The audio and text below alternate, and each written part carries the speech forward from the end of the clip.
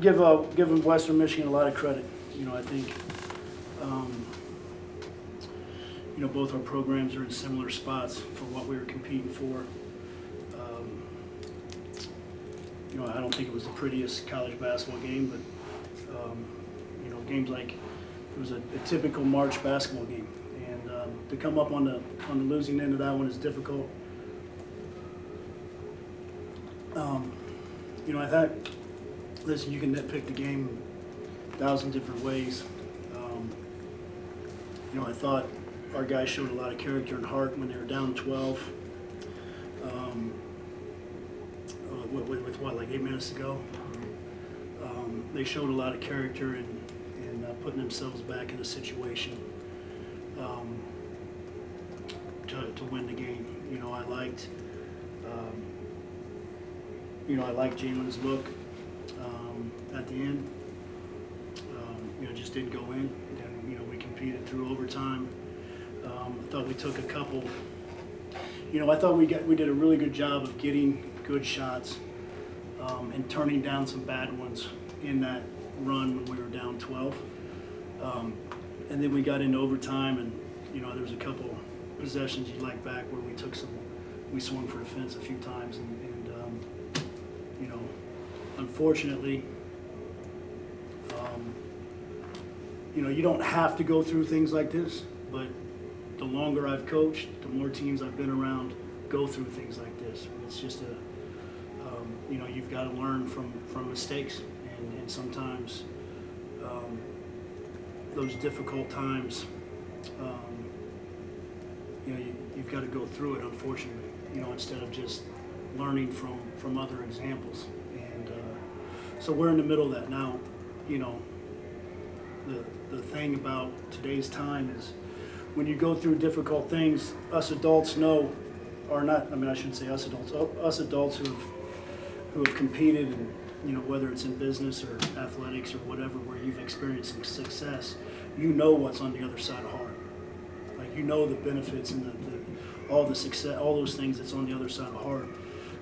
What's difficult in today's world is getting these guys to fight to see the other side of hard. Because too many times when it gets hard, people just like to run away, and make it somebody else's problem. But you've got to go through difficult times, and we've had, trust me, we've had our fair share of difficult times this season in trying to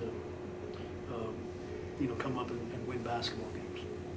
Go ahead. This is for anyone, for a game where you guys showed that kind of heart, for it to end that way. Kind of what's it feel like to have that happen? Bad. It's just a disappointment. You ever competed? Yeah.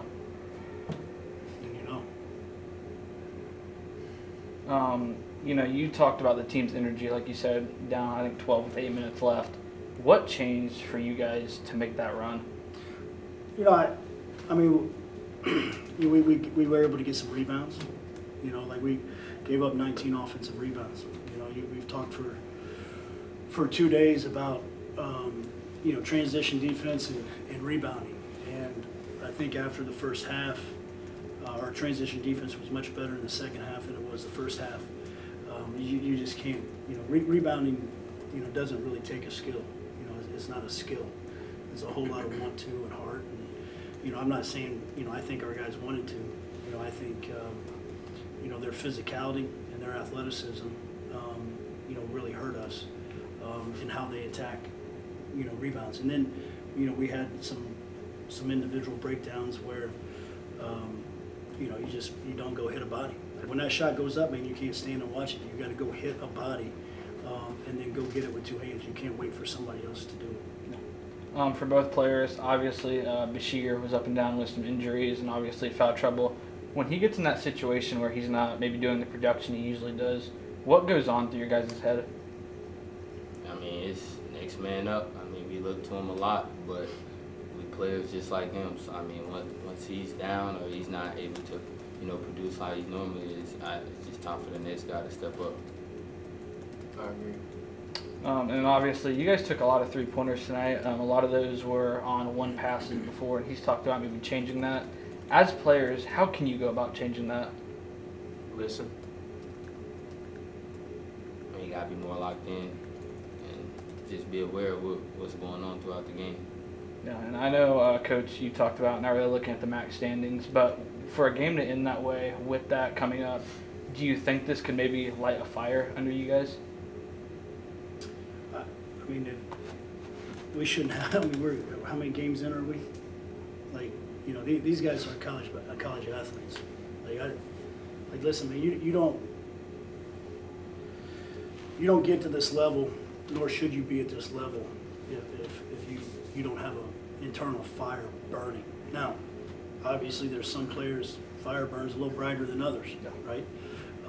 But you know, like if we're looking for something to spark us, like, you know, we missed a few of those messages early in the year.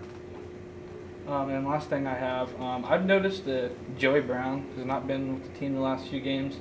Can you give an explanation on that?